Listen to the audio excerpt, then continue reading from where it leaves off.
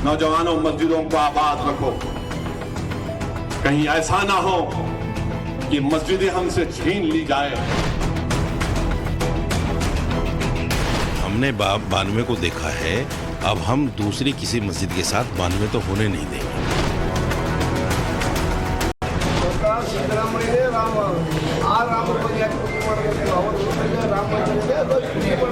कुछ लोग जो खुशी के मौके पे रंग में भंग डालने का काम करते हैं, तो ये सब विधर्मी अधर्मी लोग हैं। कर्नाटक में तत्काल राष्ट्रपति शासन लगाया जाए, सिद्धारमैया को हटाया जाए, नहीं करोड़ों की संख्या में हम साधु संत राम भक्त कर्नाटक कुछ करेंगे।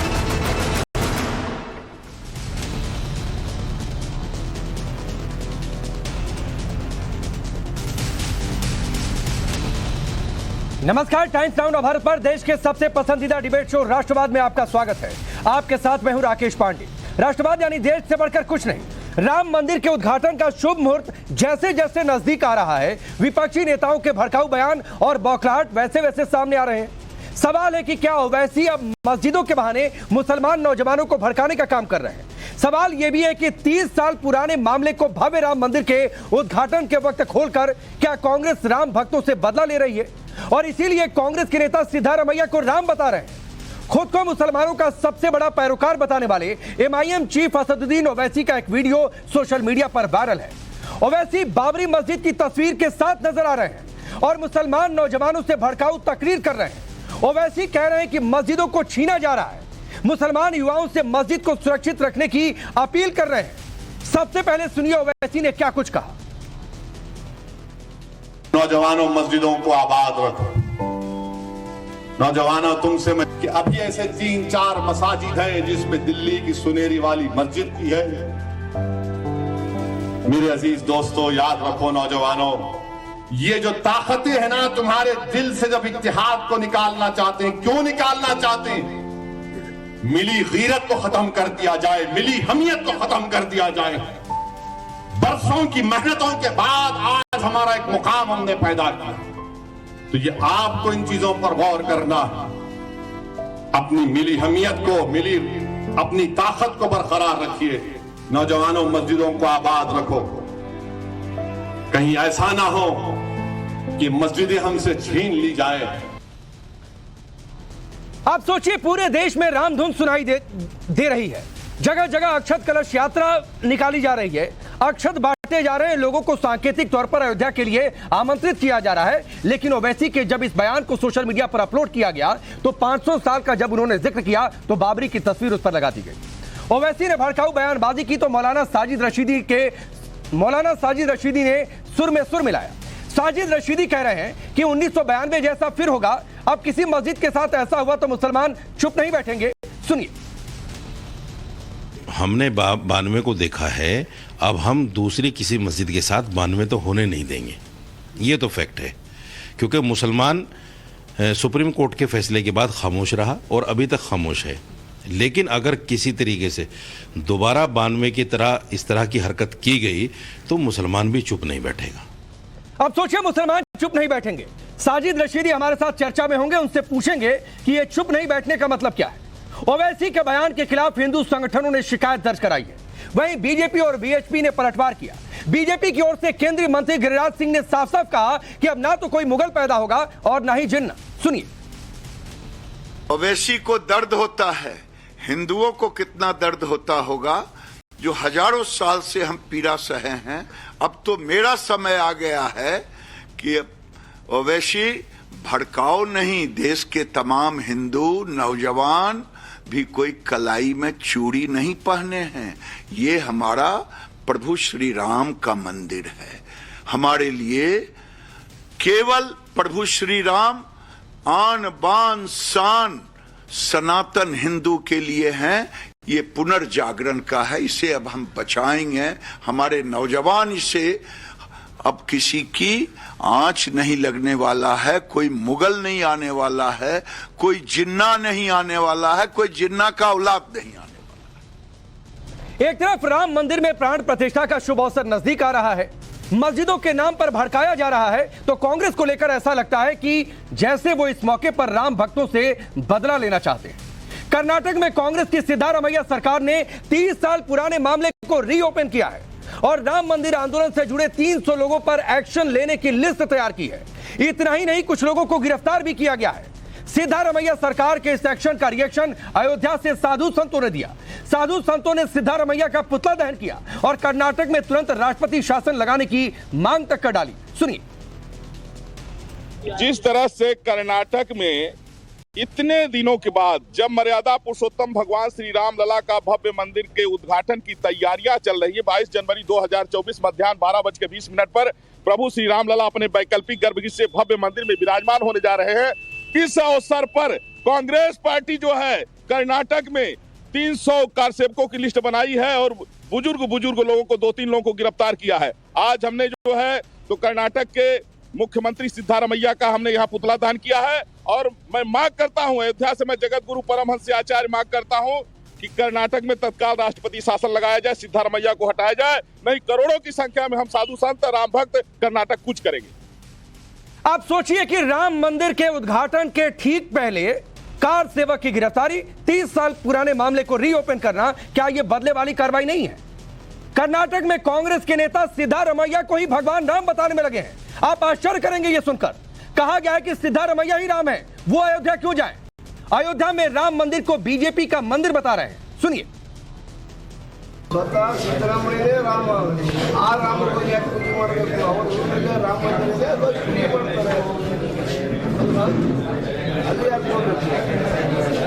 ಬಿಜೆಪಿ ರಾಮರು ಬಿಜೆಪಿಯವ್ರನ್ನ ಅವ್ರ ಮನೆ ಹೋಗಕ್ಕೆ ಕಳಿಸ್ಕೊಂಡು ಪೂಜೆ ಮಾಡ್ತಾರೆ, ಮಾಡ್ಕೊಳ್ಳಿ, ನನಗೇನಂತೆ ನಮ್ಮ ರಾಮ ಎಲ್ಲ ಕಡೆಗಿದ್ದಾನೆ, ನಮ್ಮ ರಾಮ ಇದೆಯಲ್ಲೇ ಇದ್ದಾನೆ. ನಾನು ಆಂಜನೇಯ ಏನು ಮಾಡೋದು ಗೊತ್ತಲ್ಲ.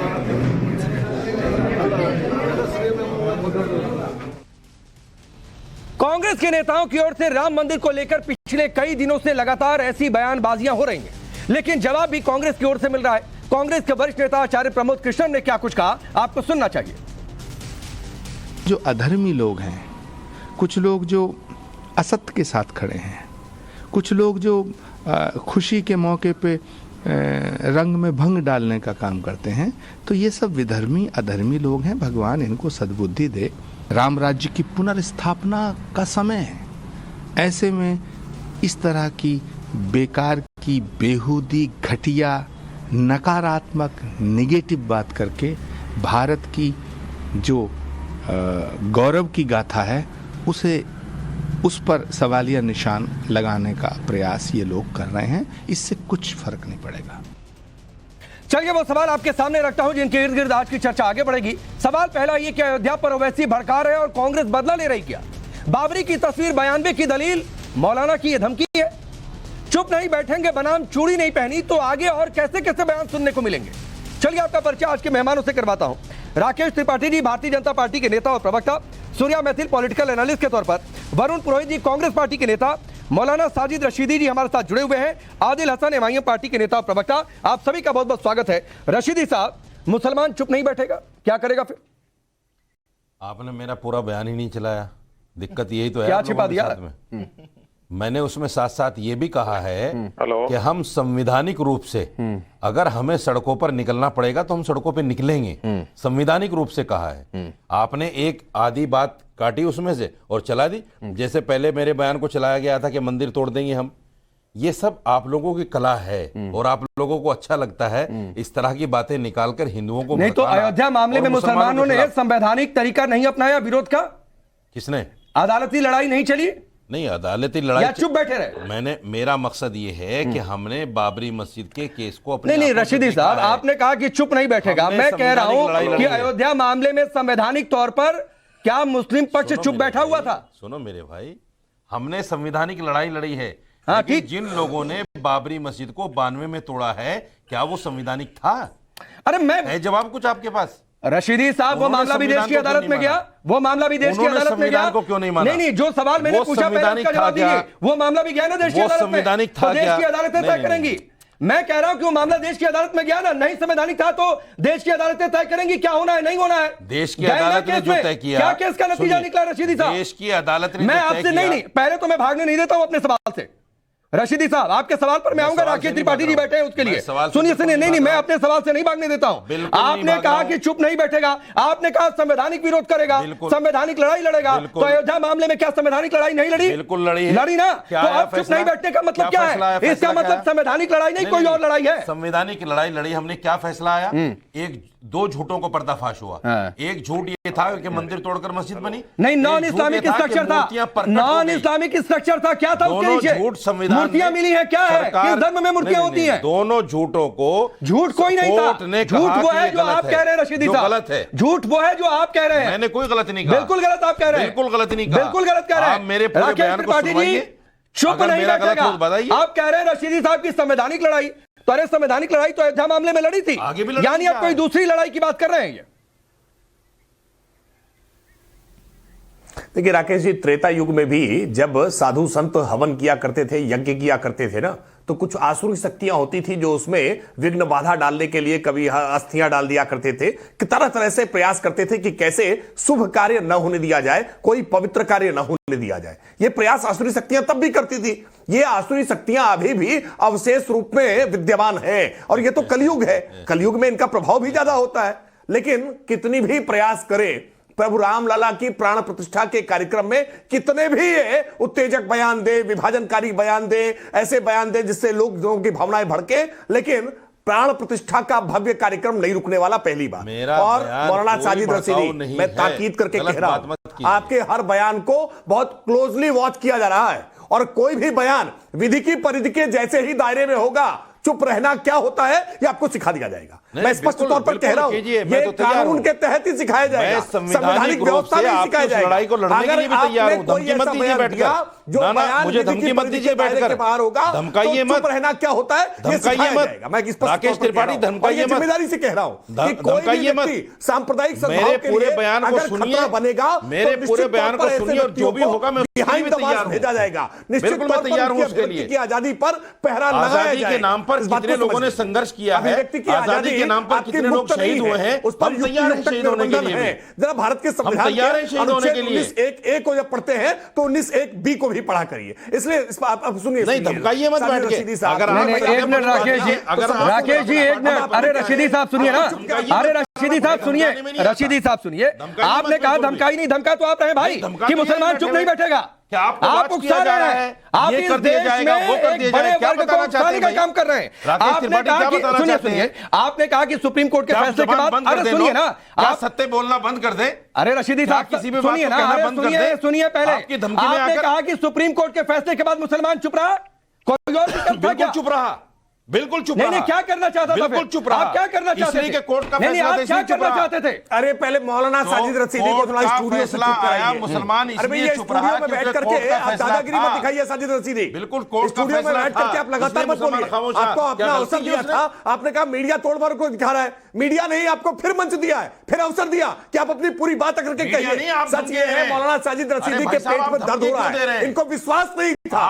कि कभी भी अयोध्या में प्रभु रामलला का दिव्य भव्य मंदिर बन सकता है। ये इनके विश्वास से परे हो रहा है, इसलिए बौखला गए हैं। और इसलिए मैं कह रहा हूं मौलाना साजिद रशीदी, थोड़ा सा दवा खाइए, इलाज कराइए, अगर बेचैनी हो रही है तो किसी अच्छे डॉक्टर को दिखाइए, लेकिन वो जुनून बयानबाजी मत करिए, वरना उत्तर प्रदेश की पुलिस तो कम से कम विशेष तौर पर ध्यान रखेगी कि कोई भी बयान जैसे ही सांप्रदायिक सद्भाव को बिगाड़ने वाला हुआ, विधि की परिधि के दायरे के बाहर हुआ, उत्तर प्रदेश की पुलिस तो इलाज करेगी ही। बिल्कुल रखे, मैं आगे बढ़ रहा हूं। और सुनिए रशीदी साहब, राकेश त्रिपाठी की प्रतिक्रिया इसलिए थी क्योंकि यूपी में रूलिंग पार्टी है, उनके प्रवक्ता हैं देश में। नहीं धमकी नहीं है भाई, लोग कहेंगे कि एक मौलाना साहब धमकी देकर चले गए। सरकार ने क्या किया? सरकार ने क्या किया? यही मैं कल राकेश त्रिपाठी से पूछूंगा अगर कुछ गड़बड़ हो गया तो। आपके मैंने तो कहा है भाई, आप अपने बयान को संयत रखिए। अगर बयान कानून का उल्लंघन करेगा तो कानून का डंडा पूरी जोर से काम करेगा। भाई साहब मेरा बयान रिकॉर्डेड है, निकलवा के देखिए, सुन के देखिए सारा। ठीक है। आदिल हसन, अरे वो रिकॉर्ड देखेंगे, वो पुलिस देखेगी रिकॉर्ड, परेशान मत होइए। ठीक है, पुलिस भी देखेगी। राकेश जी मैं आगे बढ़ रहा हूं, रशीदी साहब आगे बढ़ रहा हूं। आदिल, 500 सालों तक वहां पर सजदा किया गया, उसके बाद बाबरी की तस्वीर जो सोशल मीडिया पर बयान अपलोड होता है उसमें लगा देते हैं, उसके बाद आप भड़काऊ तकरीर करते हैं और आप कहते हैं साहब हम तो बड़ी समरसता की बात करते हैं, हम तो इस देश में प्यार चाहते हैं। कहां पे आपको राकेश भाई को लग रहा है भड़काऊ? उन्होंने कहा, बैरिस्टर साहब ने साफ एक मदरसा का प्रोग्राम था, उन्होंने कहा नौजवान को आओ अपने मस्जिदों को आबाद करो, नमाज पढ़ो, अपने लिए आओ, आखिरत बनाओ, अपने जो आखिरत बनाओ। उन्होंने बहुत साफ साफ अच्छे से कहा। अब आप उसको दिन भर का मसाला अगर आपको यही मिल गया है तो आप भी चलाइए। सुब्रमण्यम स्वामी पर आपकी हिम्मत नहीं है पूछने की, तो मोदी जी पे सवाल कर रहे हैं कि प्राण प्रतिष्ठा में मोदी जा ही नहीं सकते। जो आदमी नहीं तो सुब्रमण्यम स्वामी से पूछ कर जाएंगे क्या? वो नहीं कर सकते। अरे तो सुब्रमण्यम स्वामी से पूछ कर जाएंगे क्या? अरे सुब्रमण्यम स्वामी पे बीजेपी राम मंदिर के लिए जो ट्रस्ट बना है वो सुब्रमण्यम स्वामी से पूछेगा कि भाई वेरीफाई कर दीजिए, यही हमारी गेस्ट लिस्ट है, इनको बुलाएं कि नहीं बुलाएं, या पार्टी के हेडक्वार्टर में भेजा जाए। स्वामी अखंड पीठ ने भी कहा। नहीं भाई ये बताइए, कहा मोदी जी पे सवाल कर रहे हैं कि जो अपनी पत्नी से अग्नि का फेरा लिया ऊपर नहीं जो नहीं आदिल ओवैसी मंच से पूछ रहे हैं। अरे सुनिए भाई सुनिए, क्यों ये भड़काऊ बयान है? ओवैसी मंच से पूछ रहे हैं कि 500 साल तक सजदा वाली खोने की, सुनिए ना, सजदा करने वाली जगह खोने की तकलीफ नहीं है क्या? और वहां पर बाबरी मस्जिद की तस्वीर ला दी जाती है, ये भड़काऊ बयान नहीं है। सुब्रमण्यम स्वामी से हालत सबकी खराब। आप सुब्रमण्यम स्वामी के प्रवक्ता हैं? आप सुब्रमण्यम स्वामी के प्रवक्ता हैं आदिल? आप सुब्रमण्यम स्वामी के प्रवक्ता हैं? मैं आपको चैलेंज कर रहा हूं, छोड़ दी है, चैलेंज कर रहा हूं आपके चैनल को। नहीं चैलेंज मत करिए भाई, आपको चैलेंज देने के लिए नहीं बुलाया, आपको जवाब देने के लिए बुलाया और जवाब ओवैसी के बयान पर देने के लिए बुलाया, सुब्रमण्यम स्वामी के स्टेटमेंट पर बयान देने के लिए नहीं बुलाया। उन्होंने अपना मानसिक संतुलन खो दिया है, ना कुछ सुनाई पड़ रहा है, ना कुछ दिखाई पड़ रहा है, ये बकवास किए जा रहे हैं। सच ये है कि इस देश में 3 लाख से ज्यादा मस्जिदें हैं, 3 लाख से ज्यादा मस्जिदें। इतनी मस्जिदें ना पाकिस्तान में है, ना बांग्लादेश में है, ना अफगानिस्तान में है। तुम्हारे 3 लाख से ज्यादा मस्जिदें हैं दुनिया में, सबसे ज्यादा मस्जिदें हैं भारत में। मस्जिद ये मुसलमान ने अपने हलाल कमाई से बनाई है, आपका क्या एहसान है इन पर? मुसलमान अपनी हलाल कमाई से चलाता है इनको। नहीं तो क्या आपका क्या एहसान है इन पर? फैसले के बाद आप खामोश रहेंगे तो आपने एहसान किया क्या इन पर? रशीदी साहब मस्जिदें हैं 3 लाख। नहीं सुप्रीम कोर्ट के फैसले के बाद आप खामोश रहेंगे तो आपने एहसान कर दिया। लेकर क्या एहसान है? या राकेश त्रिपाठी से चंदा लिया है, या राकेश त्रिपाठी से आगे चंदा रुकिए ना रशीदी साहब, आपसे सवाल नहीं पूछा। अरे रुक जाइए पहले प्लीज, पाकिस्तान का बात किए बगैर हजम नहीं होता। अरे रुक जाइए सूर्या मैथिल, 500 साल तक सजदा वाली जगह खोने की तकलीफ नहीं है क्या? ये सवाल ओवैसी मंच से पूछ रहे हैं और बाबरी की तस्वीर सामने ला दी जाती है। आदिल को ये भड़काऊ नहीं लग रहा, इस पर जवाब नहीं देता बंदा, पहुंच गए सुब्रमण्यम स्वामी पर। धन्यवाद राकेश भाई। पहले तो आपको, आपके सभी दर्शकों को भारत माता की जय, वंदे मातरम। और वो 4 लाइनें मुझे याद आ रही हैं, हवा को बहुत सरकशी का नशा है मगर ये ना भूले कि दिया भी दिया है। तो भैया ये जो जिनके दिमाग में हो ना मुगलिया सोच, जो अपने आप को औरंगजेब की औलादे समझ रहे हैं और जिनको लग रहा हो कि सुप्रीम कोर्ट का ऑर्डर आ गया तो मुसलमान चुप बैठ गया, तो अपने दिमाग का भ्रम निकाल देना। ये वो दिन हवा हुए जब पसीना गुलाब था, ये नेहरू का नहीं नरेंद्र का भारत है। सूर्या एक सेकंड, याद रखना। सूर्या एक सेकंड। आदिल, बाप पर मत जाइए किसी के, बाप पे जाएंगे क्यों? नहीं मत जाइए बाप पर। ऐसे ही घर में बैठकर बातचीत करते हैं क्या? अपने दोस्तों मित्रों के बाप पर चले जाते हैं क्या? ये वही है ना जो 15 करोड़ हम हैं, क्या उनके हम बाप पर 25 करोड़ है, तुम 100 करोड़ हो। 15 मिनट के लिए पुलिस बता दो और उसके बाद माफी मांगते हुए घूम रहे थे। हमने नहीं कहा, अदालतों के चक्कर लगा रहे थे, पैंट गीली हो गई थी। ये है असलियत इन लोगों की। और राकेश भाई, ये लोग इस सारे देश का माहौल खराब करने की कोशिश कर रहे हैं, लेकिन मैं आपको विश्वास दिलाता हूं, नरेंद्र मोदी जी और योगी आदित्यनाथ जी एक व्यक्ति का ढूंढ रहे हैं। तुम बदतमीजी मत करो, शांत हो जाओ, रजा करो, देश के विभाजन करने वालों के अपनी औकात में रहो। समझ में आ गया? सबकी आवाज डाउन करिए, पीसीआर सबकी आवाज डाउन करिए, पीसीआर सबकी आवाज डाउन करिए। सूर्या मैथिल प्लीज शांत रहेंगे। और सूर्या और आदिल दोनों आप लोगों से कह रहा हूं, नेशनल टेलीविजन पर बैठे हैं, गली नुक्कड़ पर जाकर नहीं बातचीत कर रहे हैं कि आप किसी के बाप पर चले जाए, किसी के औलादे देखना शुरू कर दें। इसके लिए आपको नहीं बुलाया जाता है, और अगर यही करना है तो सर माफ करिए, मत आया करिए। संयमित भाषा में दोनों लोग अपनी बातें रखिए। मैं वरुण पुरोहित, नहीं नहीं नहीं, कोई बदतमीजी नहीं। वरुण पुरोहित जी, मैं दोनों लोगों से बात कर रहा हूँ। रशीद साहब, वरुण पुरोहित जी, सूर्या मैथिल प्लीज, सूर्या मैथिल शांत होंगे। आप तो छोड़िए, Surya Maithil please, Surya Maithil please, Surya Maithil please, Rashidi साहब, रशीदी साहब, रशीद मत, लिमिट में रहिए अपनी। ये जो धमकी वाला बयान दे रहे हो ना, ये 1 मिनट में इलाज हो जाएगा आपका। इलाज करने के लिए नहीं बुलाया जाता भाई, डॉक्टरी खोल लीजिए। बदतमीजी नहीं, बदतमीजी नहीं। Who the hell you are? Who are you? Who the hell you are? एक आतंकवादी, एक सिमी का समर्थक, एक आतंकवादी। सूर्या प्लीज ऐसी बात नहीं, किसके चमचे हैं? सूर्या प्लीज ऐसी बात नहीं, एकदम शांत रहेंगे। रशीदी साहब, रशीदी साहब आप भी शांत, रशीदी साहब शांत रहेंगे प्लीज। किसके चमचे हो? रशीद ये तो बता दो किसके चमचे हो? मैं आगे बढ़ रहा हूँ, किसके चमचे हो? मैं आगे बढ़ रहा हूँ, मैं सवाल टॉस कर रहा हूँ। वरुण पुरोहित जी, वरुण पुरोहित जी, आप कांग्रेस पार्टी के नेता कहेंगे कि सिद्धारमैया राम है, इसलिए कि कार सेवक की गिरफ्तारी करवा दी।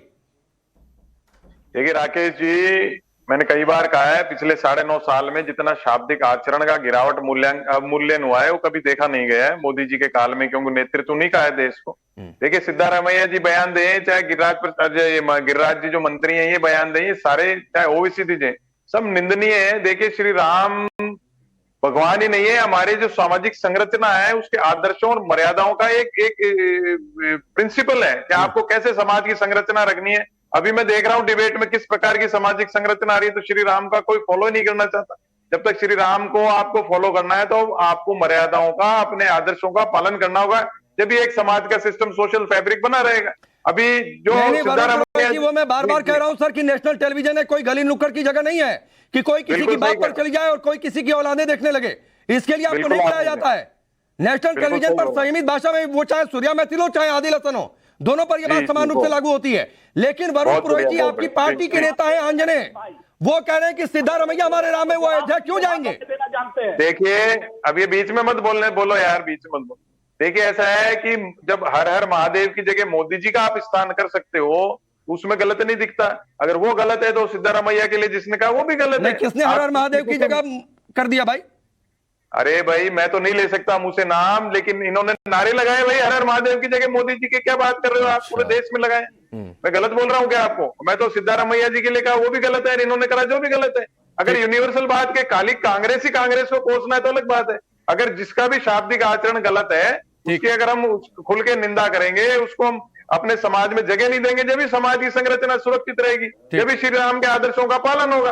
अगर हम उनका पालन ही नहीं करना चाहते तो वरुण पुरोहित जी पहले अपनी पार्टी के नेताओं को समझा लीजिए कि श्री राम के आदर्श क्या है, प्रभु राम के, उनका पालन करें। लेकिन राकेश त्रिपाठी जी, इसलिए शायद कांग्रेस पार्टी के नेता अयोध्या नहीं जा रहे अगर आंजनेय की बातों को माने, क्योंकि राम तो उनकी पार्टी में है, सिद्धारमैया राम है, क्योंकि कार सेवक की गिरफ्तारी उन्होंने करवा दी। देखिए राकेश जी, पूरे इंडिया अलायंस का ये एक कॉमन मिनिमम प्रोग्राम है कि कैसे प्रभु राम के मंदिर बनते समय लगातार इस प्रकार की बयानबाजी करो जिससे विभाजन उत्पन्न हो, जिससे सांप्रदायिक सद्भाव बिगड़े। एक बार तरफ कहीं आरजेडी के नेता पहले फतेह बहादुर सिंह कोई पोस्टर लगाते हैं, उससे पहले कोई प्रोफेसर चंद्रशेखर वहां बयान देते हैं, उत्तर प्रदेश में स्वामी प्रसाद मौर्य बयान देते हैं, मल्लिकार्जुन खड़गे स्वयं बयान का समर्थन करते हैं, और सिद्धारमैया सरकार अब जिस प्रकार की कार्रवाई कर रही है और उसके बाद उनके नेताओं के बयान आ रहे हैं, ये पूरी एक इनकी सोची समझी रणनीति है, साजिश है कि कैसे मजहबी तुष्टीकरण के लिए हिंदुओं को, सनातन को, प्रभु राम के मंदिर को अपमानित करने का लगातार प्रयास करो। लेकिन यह प्रयास कांग्रेस पार्टी को महंगा पड़ेगा। मैं बहुत जिम्मेदारी के साथ कह रहा हूं, ये जनमन को पहचान नहीं रहे, स्पंदन को पहचान नहीं रहे। लोग अपने पैरों से जूते चप्पल उतार करके मां अयोध्या की चरण धूल को अपने माथे पर लगा रहे हैं। लोगों की भावनाओं को आप ठेस पहुंचाने का प्रयास करेंगे तो इसका खामियाजा भुगतना पड़ेगा। प्रभु राम का मंदिर बन रहा है, आपको आना है आइए, नहीं आना है मत आइए, लेकिन कम से कम अपमानित मत करिए। रशीदी साहब 20 सेकंड, राकेश जी आ रहा हूं, रशीदी साहब से 20 सेकंड बर्दाश्त नहीं कर सकता। मैं राकेश त्रिपाठी जी से बड़े एहतराम के साथ ये कहना चाहता हूं, जब इंद्रेश कुमार जी ये कहते हैं कि मस्जिदों में राम राम होना चाहिए, तो ये क्या तुष्टीकरण नहीं है? गुरुद्वारों में राम राम होना चाहिए 22 जनवरी को, क्या है तुष्टीकरण नहीं है? क्यों करें भाई राम राम? तुष्टीकरण की राजनीति सिर्फ कांग्रेस कर रही है, तुष्टीकरण की राजनीति तो आप खुले मंचों से कर रहे हैं। हालांकि आप कांग्रेस के प्रवक्ता नहीं है, लेकिन आपने सवाल पूछा, राकेश जी 30 सेकंड जवाब के लिए फिर सूर्य आधे अधूरे मंदिर की प्राण प्रतिष्ठा करना क्या है तुष्टीकरण नहीं है? 20 सेकंड दिया था, रुक जाइए। साधु संतों की मुखालफत के बावजूद जवाब ले लीजिए, प्राण प्रतिष्ठा करना क्या है तुष्टीकरण नहीं है? आप कहेंगे जवाब नहीं दे रहा है, तुष्टीकरण तो है। रुकिए रुकिए, राकेश जी 30 सेकंड आ रहा हूं। आदिल देखिए, आधे अधूरे मंदिर का प्राण प्रतिष्ठा, अरे भाई मंदिर पूरा हुआ नहीं हुआ है, ये मौलाना साजिद रशीदी से सर्टिफिकेट लेना पड़ेगा क्या? साधु संत कह रहे हैं राकेश मंदिर जी, लंबे समय तक टाट में रहना पड़ा है, साधु संतों ने विचार करके नक्षत्र तय किया है, साइट निकाली है, अभी मौलाना साजिद रशीदी सर्टिफिकेट लेंगे क्या? नहीं, मैं सर्टिफिकेट नहीं दे रहा हूं, साधु संतों से ले लीजिए सर्टिफिकेट, साधु संत सर्टिफिकेट दे रहे हैं आपको। अच्छा रुकिए, चलिए ठीक है। आदिल आप साधु संतों से परामर्श करके हुआ है, साधु संतों ने ही तय किया है। श्री राम जन्मभूमि तीर्थ क्षेत्र न्यास में साधु संत ही बैठे हुए हैं। साधु संतों से पूछ के नहीं हुआ है, कर लीजिए आप, हम मना। तो रशीदी साहब आप क्यों चिंता कर रहे हैं भाई? इधर तो आप भड़का रहे हैं कि बयान में जैसा हो जाए तो चुप नहीं बैठेंगे, और आप मंदिर पूरा बना कि नहीं बना इसका सर्टिफिकेट देने लगे। धन्यपुर में मस्जिद बनाइए ना, अरे तो 5 एकड़ जमीन दी है, राज्य सरकार ने जमीन अलॉट कर दी है, जाइए मस्जिद बनवाइए, मंदिर के चक्कर में क्यों पड़े हुए हैं? जो व्यवस्था है वो समिति देखेगी। चलिए, वक्त कितना ही है,